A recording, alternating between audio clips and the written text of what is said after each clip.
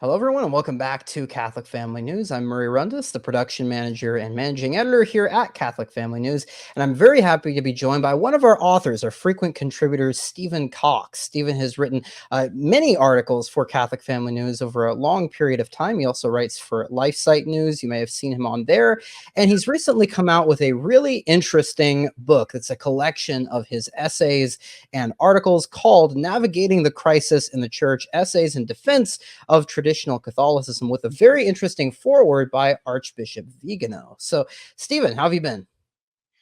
Great, Murray. Thanks for having me. It's a pleasure to be on. Finally, talking about really important issues with you. Yeah, definitely. And one of the things that I find most interesting about the book is you can definitely see a progression in your thought because it takes over a long period of time. You really start with Pope Francis's election and his coming into office, and we sort of progress from there. And I wanted to ask you, do you see any major change in your way of thinking throughout the Francis pontificate? And was there anything that really served as a cataclysm for that? Well, it's a great question. Yeah. So the first chapter is about Pope Francis. Second chapter is about wayward clergy, Latin Mass. We'll get into the rest of the book. But I wanted to start the first essay in the book. Literally is Pope Benedict's resignation, a catastrophe, and this was around this is Mm, 2013, and I had really only just started attending Latin Mass. I never really although I had worked for the Archdiocese of Chicago in my 20s, and 20, let's see, when I was in my 20s, but 2010, 2011, I didn't really discover tradition, Archbishop Lefebvre. I was watching Bishop Williamson videos on YouTube around this time, 2011, 2012. So my thinking and approach to church issues was still pretty neoconservative, if you will. That, okay, Benedict is great, John Paul, they're conservative, right? Let's hold the line. But when Benedict resigned, I had already started going to Latin Mass exclusively with the SSPX, and knew something was amiss. And I had written an article saying, is this a catastrophe?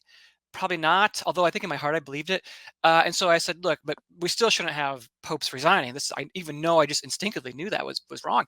So after the 2013 conclave, I wrote pretty quickly I was writing for Catholic Vote back then. Um, I don't really care that Francis is humble in driving around in a gas power electric car or whatever he was driving around back then. They made it he was the biggest humble thing on this earth. And I said, what is his view on the traditional Latin Mass? What is his view on the SSPX, etc.? So the thing that I think did it for me, though, was about 3 or 4 months in, um, was when he kept just repeating uh, these general platitudes, and then when he eventually Pachamama was I think by then I had already very much completely disagreed with everything he was doing, but I think very early on, just understanding what is the traditional faith, what is Bergoglio doing, he's just continuing the revolution put into place by his predecessors. So within a couple months, I wrote an article like putting Pope Francis in context. That's the actual title of it. Because if you recall, I'm not sure if how old were you back in 2013, where you were probably a little younger, I was but young, yeah. the attitude of everybody back then was wait and see, hold your breath, don't freak out, and we still get this in the papologists these days. It's like, are you kidding me? It's 11 years on. We know what's going on. I said no. I've had enough. I didn't come to tradition by the grace of God to sit here and be an apologist for someone who's blatantly contradicting everything when it comes to the church's teachings on non-Catholic religions, true Catholic Christian unity, and everything else that was going on at the very early stages. So that's kind of Mhm. my immediate progression. We can talk about the rest later on, but that I think I wanted to put that at the very front of the book to show others who are reading it that, hey, if you're thinking these things, others have across the world been thinking these things for a long time, and we know where you're at, and it's okay to continue to come out of that and come to the fullness of Yeah. tradition, if you will. Mhm. Yeah, and we've seen this neoconservative position, in a sense, fall apart. It's changed quite a bit as well, and we see in the traditional movement at large, it's always been a wide tapestry of various positions. But the more Ecclesia Dei or more leaning conservative position, has Mhm. certainly had to reckon with this pontificate. Have you Mm. seen the Latin Mass community, the Latin Mass movement in general, be strengthened, or do you think it's become more weak under the Pope Francis pontificate? Obviously, we saw Traditionis Custodes, but we've Mm. also seen some growth with the COVID-19 pandemic and everything else. So, what would you say? Is it stronger? Is it weaker than before the Pope Francis pontificate? Well, I mean, I think Archbishop Lefebvre had it right when he said, um, these are folks who are always looking at the other side. The grass is greener on the other side, and that these are false friends." And he had harsh words when the Dom Gerard, FSSP, and others went into Rome's bosom, right, and made a deal, and said, we just want our little piece of the pie. It's pluralism, ecumenism extended to tradition is what it is. And Bishop Fillet, even himself in 2003, I think, said Rome is putting tradition in a zoo when Campos made its deal. So, when I look around, I say, is the Latin Mass movement stronger? Obviously, there seems to be a greater interest in the Latin Mass with young families. We just had, as I think you attended the premiere, I think, the Mass of the Ages documentary, and I think it was in Chicago. And correct me if I'm wrong. Yep. Yep. Uh, but so there is a greater, I think, desire among many Catholics to go to what unfortunately they call the extraordinary form of the Mass. And this is sort of what so it's sort of a tough question to answer, because I think it's a good thing in of itself, right? But when we're calling it the extraordinary form of the Mass, when the FSSP continues to have to accommodate and to just simply say, "Oh, Holy Father, give us our Mass," and they're getting an apostolic visit now. Um, my general overview is everyone is going to be given a chance to pick a side and to get off the fence. And I think that's the biggest problem in tradition itself. There's a lot of terms: semi-trad, neo-trad, rad-trad. Uh, in my personal view, no one has to share this, and uh, I think a lot of these groups want to pinch incense to the Vatican to have their little corner of the conciliar church and to be left at peace. When in fact we shouldn't want that. We shouldn't want coexistence. Tradition has the rights. Tradition has all the rights to exist. So these are usurpers, as Bishop Tissier, the late Bishop Tissier, rest in peace, said many times. And we need them to come back to tradition. We shouldn't be content with the Vatican viewing those who attend the Latin Mass as under Benedict in a good way. But even now, again, as you mentioned, the persecution under Francis, my only hope is that folks will continue to see that it is a necessity to act in a way that basically ignores the decrees of this man in white, and do and offer the traditional Latin Mass, and stay away and not have anything to do with Vatican II either. I think that's the solution. So you asked me, is it stronger? I mean, obviously, there's more interest, no doubt. But is that buttressed and undergirded by the right thinking about the crisis? I don't think so just yet. We need people to continue to go on that journey and realize the crisis is not just about irreverent Novus Ordo masses. It's not just about, Pachamama. It's a deeper issue. Hmm. And certainly one of the major developments within the traditional movement has been the actions of Archbishop Vigano, who is really on the other side of this. He's certainly not a neoconservative. And I wanted to ask you as well. You talk at length about Archbishop Vigano in your work, and how can one not? His whether someone disagrees with him on any sort of point, he has been an extremely important figure for the traditionalist movement. I don't think we could overstate that even. And I wanted to ask, well, what role do you think the Archbishop is going to serve in the future? Because we see this wide range of traditionalist positions. There are sedevacantists, there's the SSPX position, there are these former Ecclesia Dei groups, and Archbishop Vigano has started this Exsurge Domine group. And we recently had Anthony Stein on, and he suggested that possibly we're going to see more and more priests going from the sort of diocesan milieu to going and associating explicitly with Archbishop Vigano. Where do you see the future of of what Archbishop Vigano is going to do? And could you also reflect on what he has done in the past for this traditionalist movement and how he's been so important?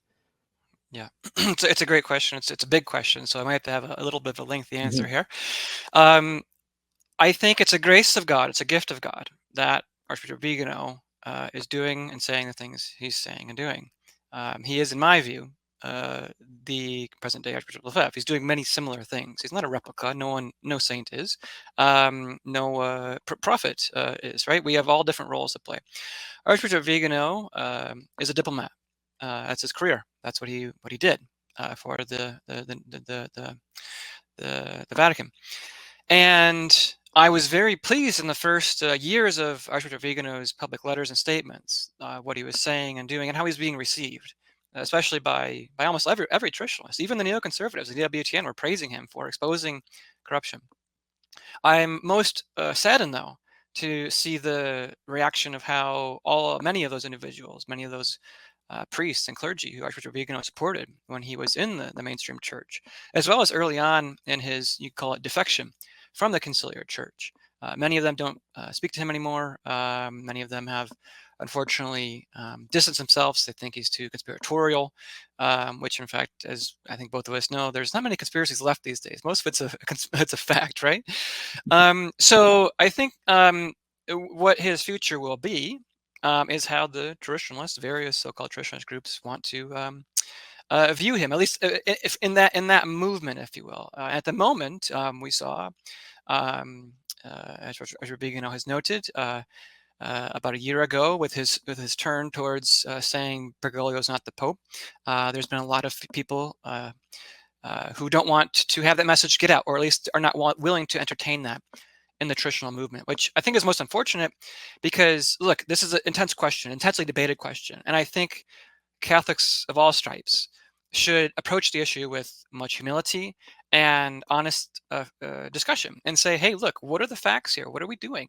Can we have respect and a wider Overton window, if you will, towards these sorts of views? Because I think for a very long time, the approach has always been recognize and resist. I've tweeted out in recent months, how about we just change that to denounce and resist? Because there's so many good persons following the promptings of the Holy Spirit, Archbishop Vigano obviously being one of them, who are now going into areas that at least historically had not been accepted as the mainstream position by the so-called traditionalist movement. Although in his statement, Archbishop Vigano has said that even Archbishop Lefebvre shared some of these potential views. So having said that, my followings of Exsurge Domine, my view of it is that it's a it's a sort of underground apostolate to especially Novus Ordo Catholics, many of them who are devout in doing different devotions, which you and I probably wouldn't share in, but are still devoted to the faith, right? So doing like the luminous mysteries, divine mercy, things like this that are probably too cringe for traditionalists, but are still curious about the crisis and what's going on. And I've met various persons and clergy involved in Exsurge Domine, and the way I see it is it's a missionary group towards those forgotten souls. And there's a lot of parallels here, Murray. And I told you it's gonna be a long answer, so thanks for hanging with me. To the life of Saint Alphonsus, who in my book I said, look, Saint Alphonsus, his whole purpose was to reach the most abandoned souls in the outskirts and peasant towns in Naples. Those who were forgotten by the diocese, who were neglected by the various groups that were around back then. And I think the fruits of Vigano's conversion are apparent in the clergy that are attracted to him and are with him, as well as the downstream effects of souls who are, again, very simple-minded, sometimes, not always, and then in the Novus Ordo, and not knowing what's going on in the conciliar church. And then when they read Archbishop Vigano, they encounter priests who are working for him. They see, this is the truth. This is reality, and the Holy Spirit just is poured out upon them. And it seems that is kind of what's going on. And I think we need to have, again, a bigger appreciation for all the different groups that are out there these days, right? You have the SSPX, you have folks like Bishop Williamson still serving a purpose, obviously, in God's church, and Archbishop Vigano is just adding to that. And I think this is true variety in not the woke diversity, multiculturalism, if you will, but I think this is treading new ground. And I think, as I look forward to where the church and tradition is going, um, I think the true faith is going to be continued to be punished in many ways. And I'm here in Michigan. There's a guy in his 70s, a Vietnam veteran, who bought a church here several years ago up in Sheboygan, and he's restoring it on his own dime. He put $50,000 into the church just so we can have masses and priests who are passing through. And I know many priests, some in SSPX, some not, who have come here. And I think, as we look around the landscape, I think these sorts of groups, like Sergei Domine and others, are going to fill those voids for those souls who God is calling for them. Again, others, they have a convenient SSPX chapel down the road. That's perfect. Um, but so I think that's overall my assessment of Vigano's purpose, what I think he's come from. And I do wish, again, he folks would view him as the sort of, I think, unifying figure that he is, and have a diplomatic relationship with His Excellency, because he crosses many bridges, and someone like him with his expertise and knowledge and love for the faith doesn't come around very often. Yeah, I really want to emphasize your point there about how there's a lot of humility that's needed on all parts of the traditionalist movement. This is a very complicated crisis. It's one that we can't really just have an answer for.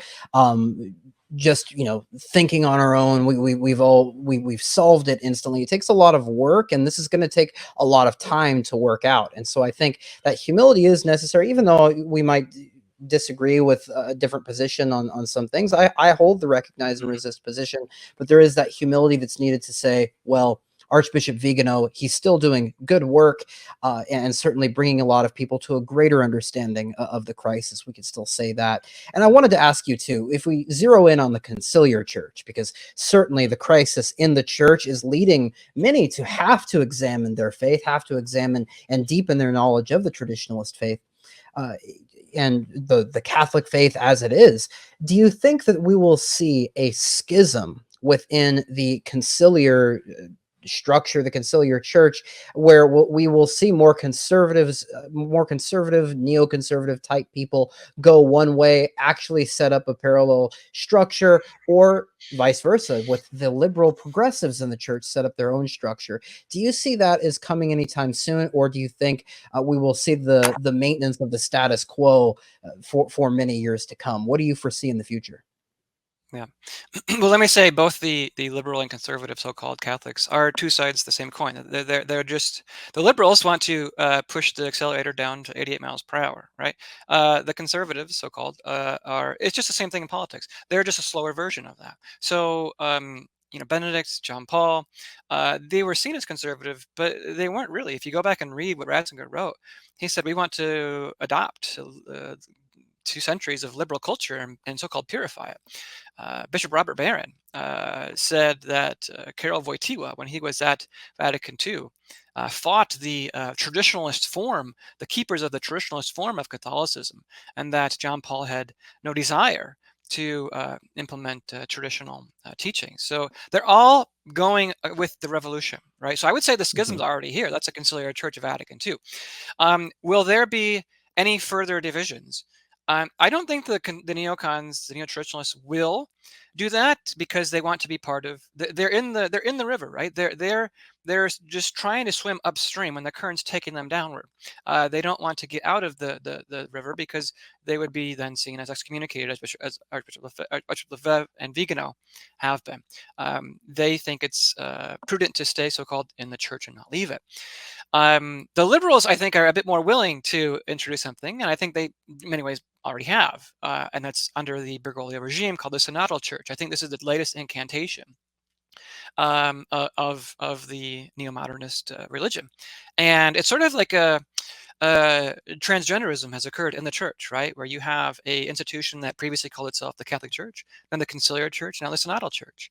It's a split identity, if you will. And the Synodal Church, I think, is much more willing to push and to completely break with anything else that is remotely Catholic. And you see this in the most recent closing of the synod, where they're trying to push forward for women deacons.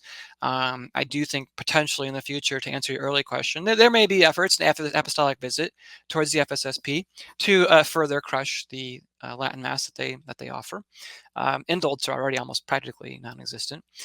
So yeah, I think there will be a continuing splintering, if you will, everywhere. And again, the reason is because we don't have someone at the top of this church, this pyramid, who has his head on straight. The purpose of the papacy is to confirm his brethren in the faith. Um, Name one thing the person sitting on that throne has done to do that over the last 11 years. And so, we are basically in a family situation where the father's absent and the siblings, they're fighting with each other, trying to say, this is how we should run the house. Well, the older brother is going to say this, the younger brother is going to say that. And in the meantime, we're all kind of left to our consciences in many ways, and whoever we put ourselves under. So I think it's just going to continue to get messy. And I don't think there's any way out, really, until God intervenes in some ways. And if that looks if that means, we have a conversion in Jorge Bergoglio's heart and mind, and all of a sudden he becomes traditional, and he's out there, defending the Latin Mass, or if somehow in the near future we have someone who, like a dark horse candidate to the papacy, gets in there, I just don't know. So there's a lot of options, but I think broadly speaking, buckle up. So. Mhm. Yeah, and this might sound scary to a lot of our audience, but again, it's the main point is to come back to the traditional faith, the traditional sacraments, and the traditional devotions. That's the way we get through all of this, and it shows the confusing nature of this post-conciliar church and the need to get with a good traditional community. I want to move towards the state, towards politics, because that's really what half of your book takes up. You cover church and state, and one of the, of course, this huge monumental issue was this COVID-19 pandemic thing, whatever we want to call it, that was imposed on the entire world. And you write a lot about this and the results of it in your work. And I think in many ways, a lot of us have simply forgotten about that time. We're trying to maybe put it in the back of our minds, but it has had lasting impacts on the world and on politics. And I'm hoping you can reflect on some of the things that have transpired since then, and talk about the effects that the COVID-19 pandemic and the world around it has changed the political world that we're living in today. Yeah, I think it was a very pivotal moment in the last, I think since the Second World War, actually since probably the Vatican II. Um, Nothing like that's really been rolled out before, and um, I think what it showed, or what I write about in the book, in my past articles. Well, look at the conciliar authorities. How did they respond to this? That was a very telling moment when Cardinal Supich, asked the state, "Hey, how can I reopen my churches in Chicago? I need your guidance here." And it wasn't just him; it was all these other bishops and cardinals and throughout the entire, not just the United States, but arguably the world. I mean, there was a time when there was no public masses being offered by the mainstream churches. What does that say about their unwillingness um, to die for the faith, to be martyrs? Okay, I thought that was very, very telling, And it also speaks to the volumes of traditionalists who offered the Latin Mass. SSPX, they went around and said, "We will do the best we can, and we will support you." Although I have some issues with their defending of the COVID shot, but in any case, that was a very pivotal moment, and we saw how totalitarian the state can become just like that. And so I think what we've seen since then, I think a lot of people are worried that that was sort of a test run for something greater to happen. Maybe if Trump gets back in, next week is coming up very quick. And so what will be the ramifications of, free speech, disinformation, misinformation regarding medical issues? I mean, Robert F. Kennedy Jr., if he gets in there as the medical advisor to President Trump, how will Big Pharma respond?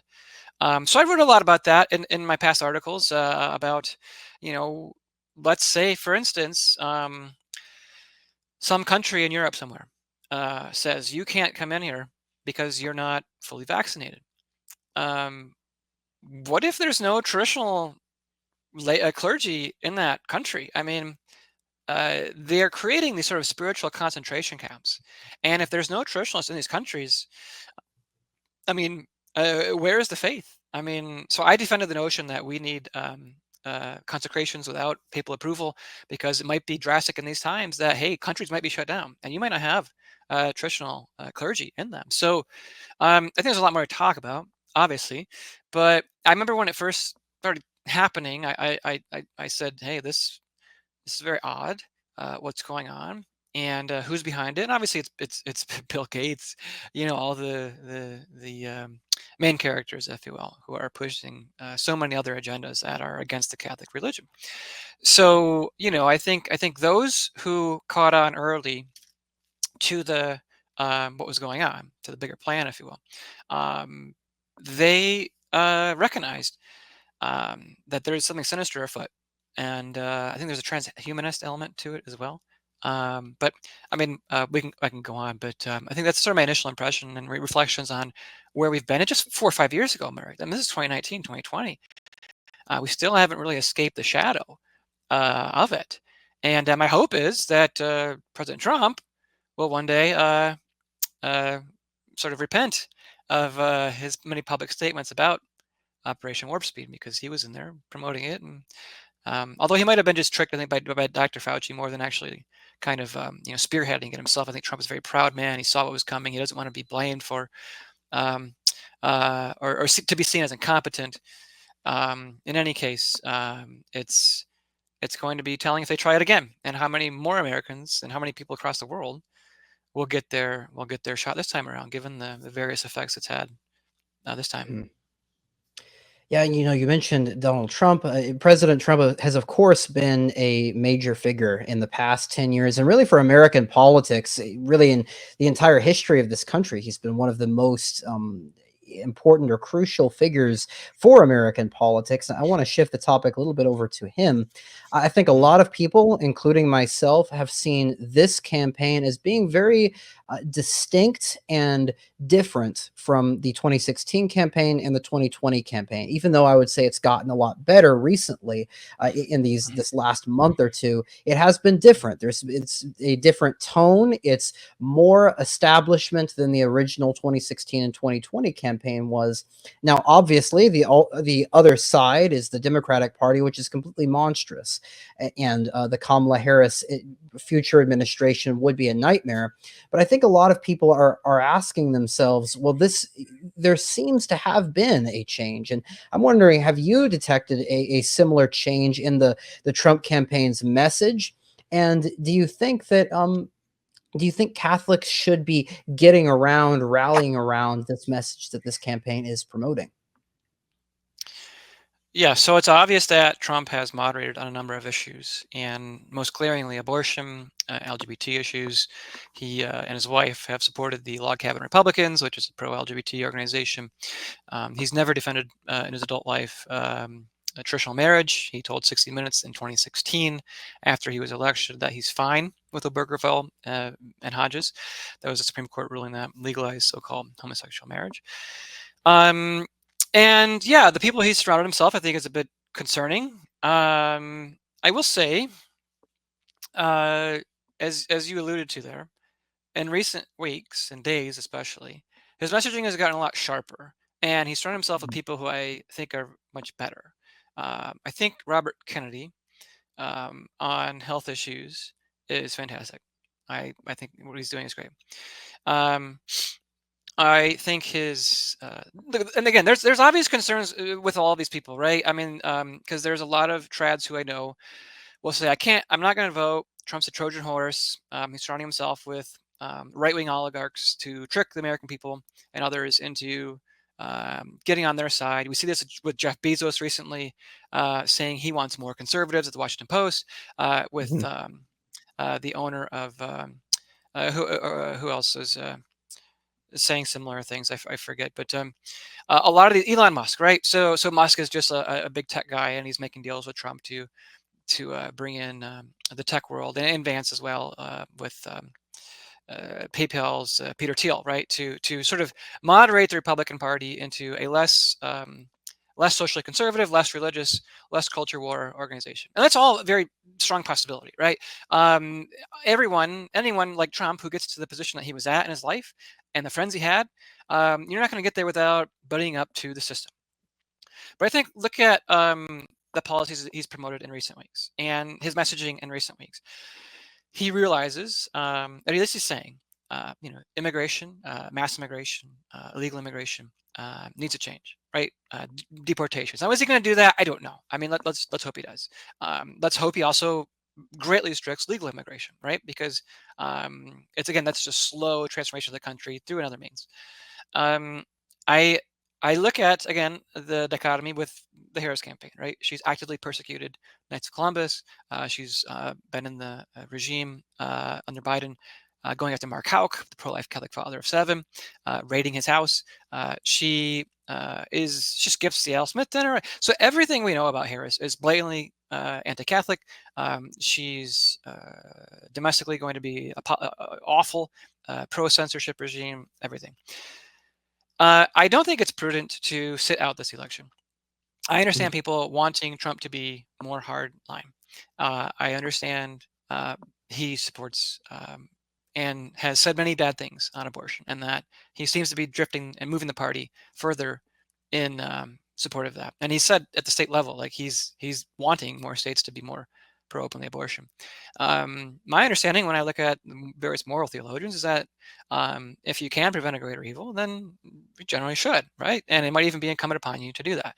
I'll let the moral theologians answer all the specifics of that question, but it seems to me that there's a reasonable hope that if Trump gets in, there are many uh, uh, things that will be lessened, uh, and than Harris. Um, Now, again, that's not a guarantee. He's has made various allies in the Middle East that are in Israel. Netanyahu seems to be mending fences with him. Will Trump get in, and then Netanyahu starts bombing other countries in the region? And will Trump then, go along with that? It's very possible. I hope not. He seems to be making and getting endorsements from various Muslim voters who seem to be of the opinion that he's going to be a pro-peace candidate. So, I think, I guess I've already voted in this election, and again, what Catholics really need to do if they want to change the system is, yes, to reject ultimately this idea that we can just continue to keep voting for the lesser of two evils.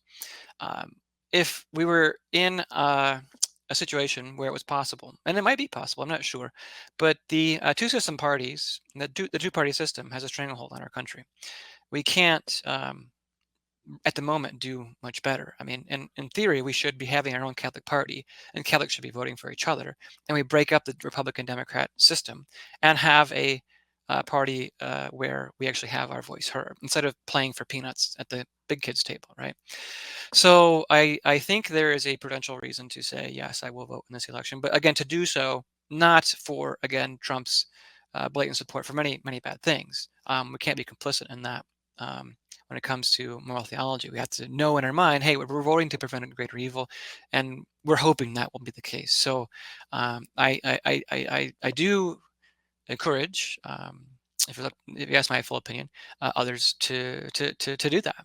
and to see what happens. And obviously, last comment here, Murray, is to pray and fast, because voting is not going to get us out of this mess at all. It's not.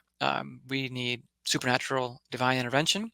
We need the outpouring of grace in this country. We need to roll back the four sins that cry to heaven for vengeance in this country and world. Because until that happens, God's going to be totally justified to give us candidates like the Democrat candidate in this election, which is probably what we deserve, right? But I think I've said enough on that, and it's a very delicate question, but I know others are going to have different opinions, but I think that's for now. I think it's a fair thing to do, to try. Mhm.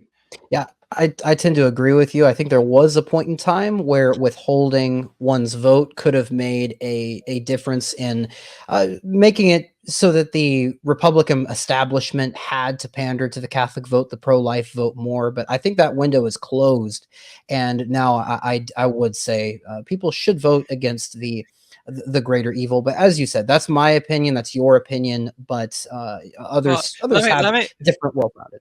Mhm. and let me weigh in on the Trump and the pro-life thing too, because Mhm. if I'm Trump, I mean he's not a particularly religious man, although he should be. God, I think, saved his life. Um, you know, and he did everything the pro-life movement wanted in the first 4 years, basically everything, right? Other than defund Planned Parenthood, which I think a court actually nixed that from happening. He got Roe v. Wade overturned, and um, what has been the result of that at the state level across the country? Almost everywhere where the people were allowed to vote, abortion was legalized, and that's the fault of the pro-life movement. Their message did not get through over the past 30 some years, since younger people have taken it over. Young female primarily activists have taken over the pro-life movement. They've not won over the people. So, okay, it's their failure that these initiatives are not popular. So if I'm Trump and I'm trying to get reelected, um, you're going to expect him to take up your cause, and then when he doesn't, you're going to blame him for doing what the people want. And yes, the people are wrong. Obviously, you and I both know that. Um, this is a grave sin, to kill an innocent life. It's a sin that cries heaven for vengeance. It's evil. It's pure evil. Um, but again, it's the pro-life movement itself. Many of these organizations, which I won't name, they're out there giving A+ ratings to lawmakers who support exceptions for abortion, okay, and who are out there starting and funding wars overseas that kill thousands of lives, okay, and they're at their annual galas calling them heroes of the unborn. Completely false. Sorry, pro-lifers, you need to get your house together instead of blaming a candidate who is who is a self-identified populist nationalist, doing what the American people want. This is secular politics. It's not voting for a pope, right? So I think those pro-lifers who are sitting out this election because of Trump's not willing to bow to them, they're going to sit out a long, long time, I think. Can Trump's message be better? Yes. We should not relent on reminding him, as Harrison Butker in a tweet said, "Hey, JD Vance, they're both Catholics. You got to help Trump be aware of this." And Vigano, even in his statement, said he was aware of all this. He understands that Trump is not perfect, but we can hope that once he gets in there, he will potentially be a vehicle for a greater Mhm. regeneration on these issues. So I just wanted to add that, because again, that's a really important issue. I think that we need to have clarified, and pro-lifers need to understand. When you're donating to these organizations, they're not always doing what I think the pro-life movement really should be doing.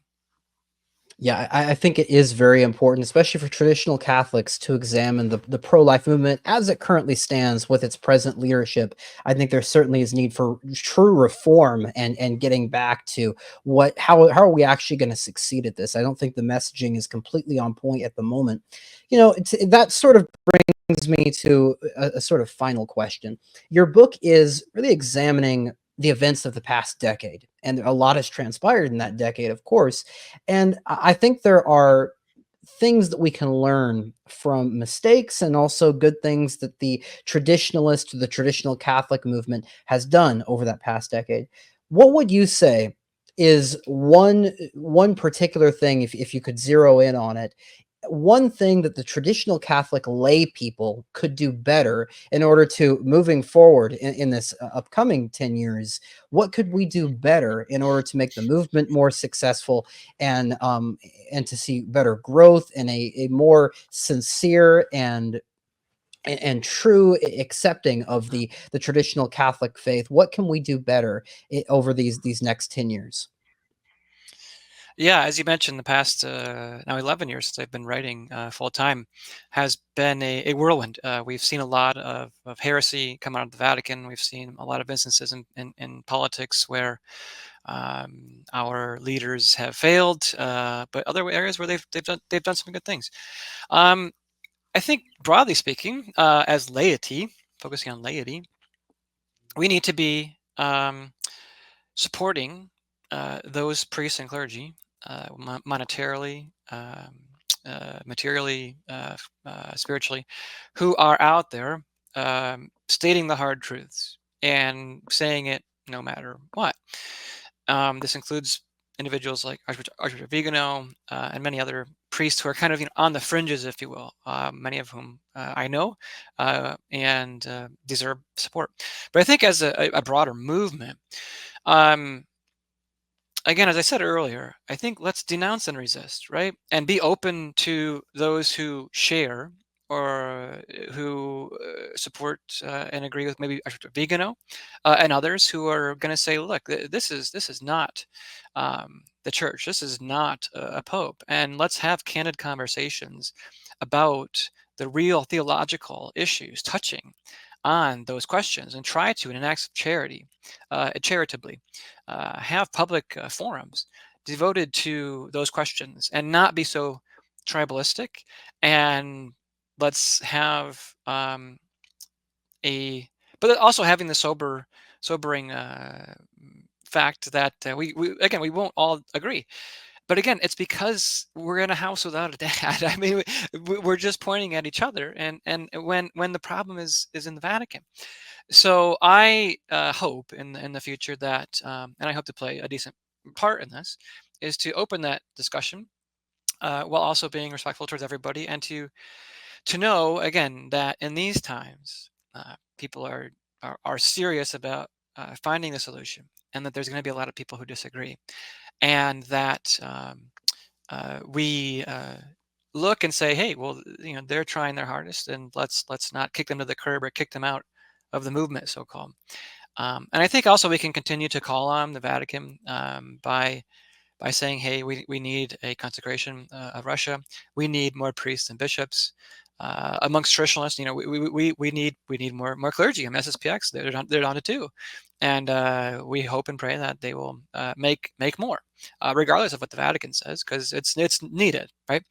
So that's, I think, the general message I would broadly have to traditionalists overall, and then obviously always to continue to pray. And if you have children and boys, I mean, there's nothing more the church needs right now than future priests and nuns. So if you have children, if you have family, um, encourage, if it's God's will, your children to pursue that path, because we can't have a church, we can't have a traditional movement, Murray. We can't even be here if we don't have traditional clergy. So let's never forget that. And on a personal note, I'd say pray the daily office as much as you can, and obviously pray the rosary and offer your communions up for those priests and bishops who are defending the faith.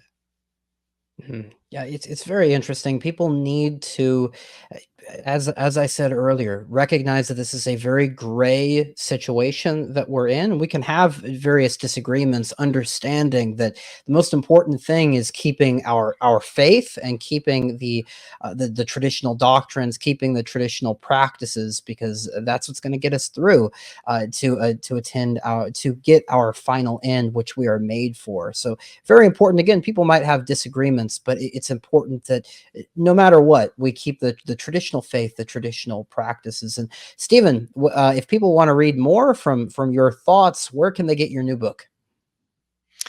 Well, you can go to Amazon.com right now. You can search Navigating the Crisis in the Church, Essays in Defense of Traditional Catholicism. As you mentioned, Archbishop Vigano wrote the foreword, and very humbled for his help, as well as my typesetter, Kenneth Lieblich, and the cover designer, Michael Schreiser. And you can find it there. You can find me on Twitter at Stephen Kokx. Go to lifesitenews.com as well, and obviously Catholic Family News. So you can find me anywhere on there. Great. And we'll have a link to all of that in the description below. And do keep your eye out for more articles from Stephen in the coming paper. If you go over to our locals, you can our premium channel, which we'll also have in the description. He has a great article there about St. Alphonsus and the four last things, which is great. And you can check that out now by becoming a premium member. So for all of our audience, may God grant you many joyful years.